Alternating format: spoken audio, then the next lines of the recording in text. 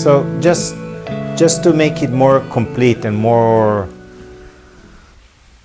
whole, instead of having the notion of, okay, I'm not the body, which is true, yet awareness doesn't think that it is not the body, because awareness doesn't have a thought. So it starts in the beginning, for any seeker, it starts, the world is real, I am a physical body. That's ignorance. Okay. Then in the awakening process, the seeker says, the world is not real, and I'm not this physical body, and I'm not this mind. In the complete realization, the world and awareness are one and the same. The body and awareness are one and the same. They're not separate. The body is not awareness, and awareness is not the body, yet the separation which the mind created is gone. Create the separation. Yeah. The separation is a illusory creation of the mind. The mind imagines itself to be a physical body. The mind imagines that it lost awareness when it is actually in awareness. That would be like I would walk here and get a hit in the head, and now we are in the Hyatt, and I walk around in the Hyatt and I start asking, excuse me, I've heard about the Hyatt. It's a very amazing place. Can you tell me how I get there? And then the people tell me, you're already here. And I said, no. I know that I'm not here. I must have a different experience when I'll be in the Hyatt. And I go on and on, negating the truth that I never left the Hyatt. I just got hit in the head and I forgot that I'm always in the Hyatt. So the Maya story. This is the same happens, forgetting oneself. The mind is within awareness, and the mind is looking for awareness like it's going to find it like an object. So when the mind is healed, that means a clear mind. That's a mind that is healed. A clear, sattvic mind, it's a healed mind. It basically, instead of looking, it's subside within awareness, or it is transparent enough so awareness shines through the mind itself, so the mind, it's like Maya introvert. It's more inwardly, so there is the recognition of... So it's like glasses. Yes. You put a clear glass, or you put a glass that has color in it. Eventually, you can't see the color. Yeah. And then you think that everything has this color. From the mind's perspective, everything you believe, you think, it is the reality. So you mean that if the mind is clear, there is no projection? That means the belief is not playing itself out. The what? The belief is not playing itself out. And if the belief is playing itself out, it's instantaneously seen, discriminated, and disregarded. Instantaneously. It's not like now, if it's not seen, I'm invested in it. And when I'm invested in it, that means I cannot see. Here Wushin just answers this question. What is not now has no existence. Recognize imagination as imagination and be done with it. Recognize imagination as imagination and be done with that. When you have a belief that you identify with it, you don't recognize that the belief is just imaginary.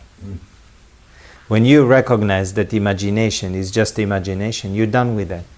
It's like if you have an image of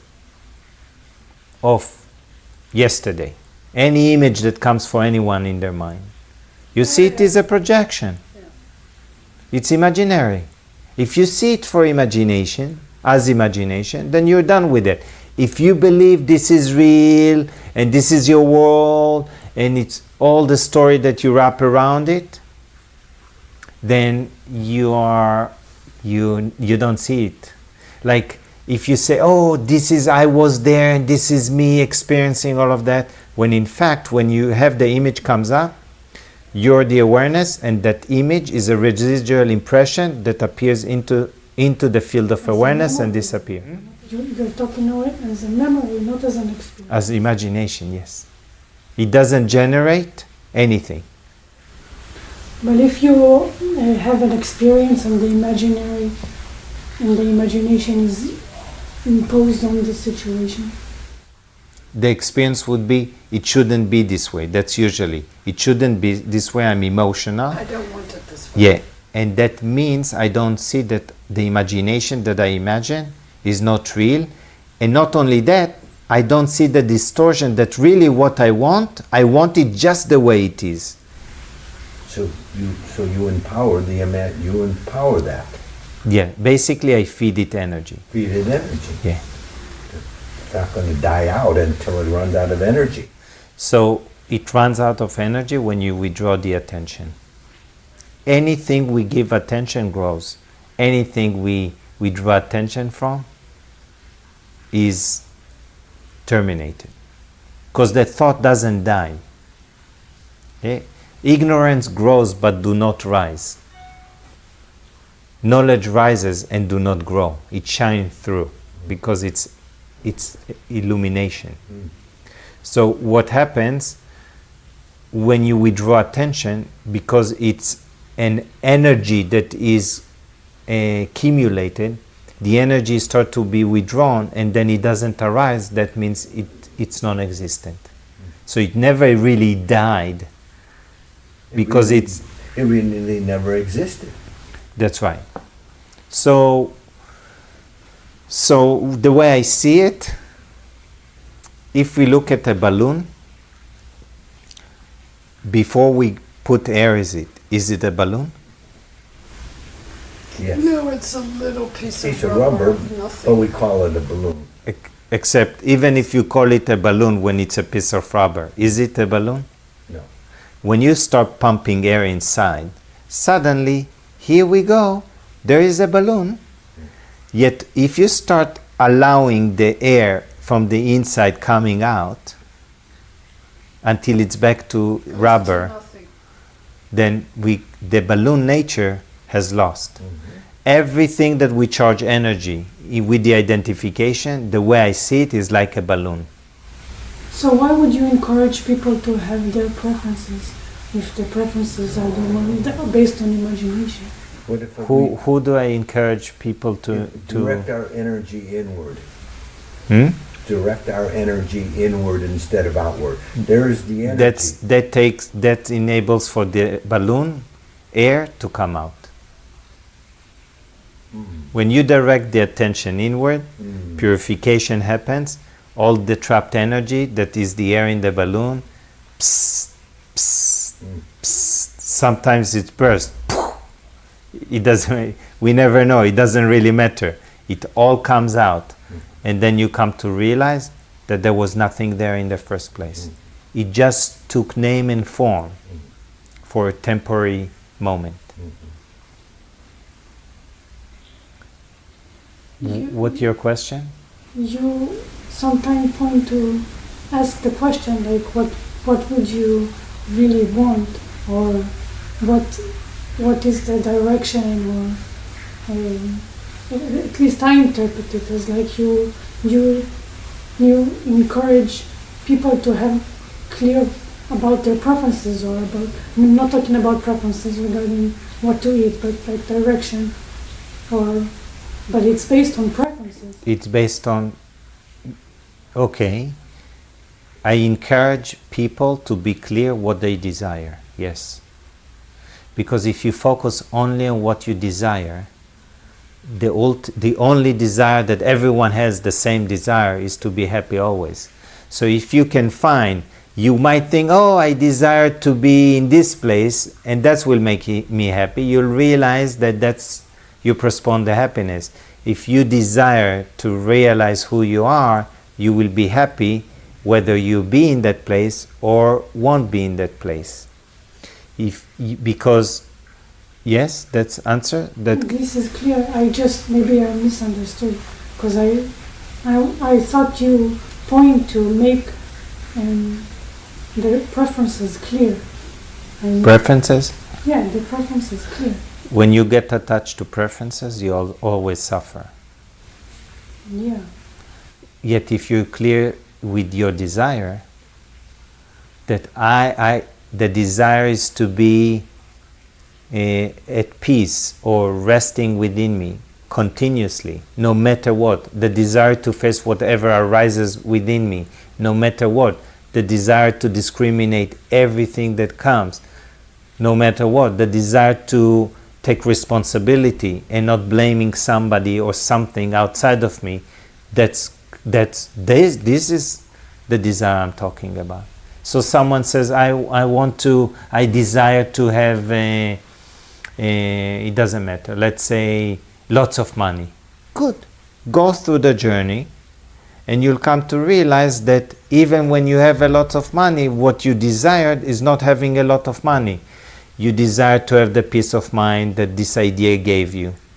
You desire to feel that accomplishment. So basically what you desire, you thought that you will be happy when you'll accomplish all these desires. Now I said, it's okay, except why do you postpone the happiness which is immediate and is omnipresent? It's always here. So when you desire, I have to take so much action until the desire subsides. And even then, when the desire subsides, the mind will react again or be confused and thinks that it's due to the object that caused me to be desireless. So I will chase the object again. Okay? When I want an object, that means the mind is active, followed by desire, and it supports by the imagination, right? So now it goes like this. I perceive the object, I want this. And the mind instantaneously imagines that if it will gain it, it will be happy. Otherwise, I would not desire it. If I would imagine that if I'll get it, I will get really sick and painful and suffering, I would not desire that, isn't it? So the desire is always being supported with imaginary that the mind wants. So now the objects turn. Now you get it. Now What I happened? get it. What happened? You want something else. The thing is that it's veiling that the imagination caused me to want this. So now I think it's because of the object. So now when I have the object, the ego is more attached to what it wants than what it has. Think about that. So it's When I have something, I want something else. so There is now no it's a- appreciation. The ego does not appreciate. For the ego, there is no gratitude. Wow.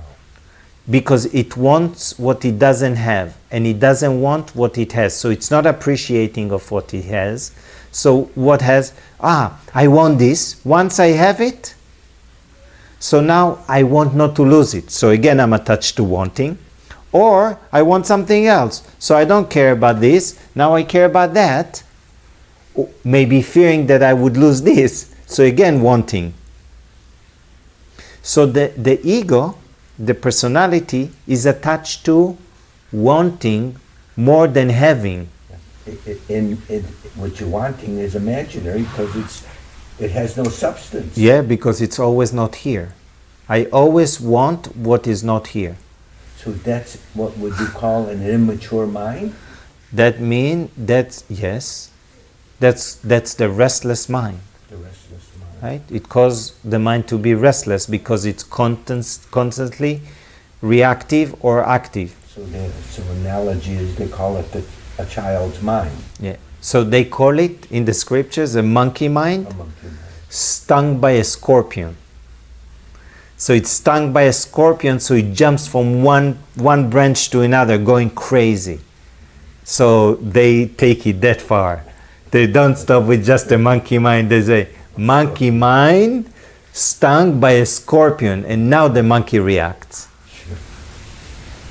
So what's the difference between choosing and follow like preferences and getting attached to it? Choosing means be clear what you want. This is what Nasirgadatta said. Earnestness is the only condition of success. All will happen as you want it, provided you really want it. Want the best, the highest happiness, the greatest freedom. So what does it say? Focus on what you want. Be clear what you want the highest, want the best. Means, what is the highest? It's who I am. Interesting, because even if you want something in this material world, be happy with what you get. So you won't be jumping around like a monkey. Be happy with what you have. What you have. So you can leave it alone and be focused on that which is even prior to that. Because then you can be content. So we didn't read in Vashista, he says 4 gates for liberation, and one of them is contentment. We can read it.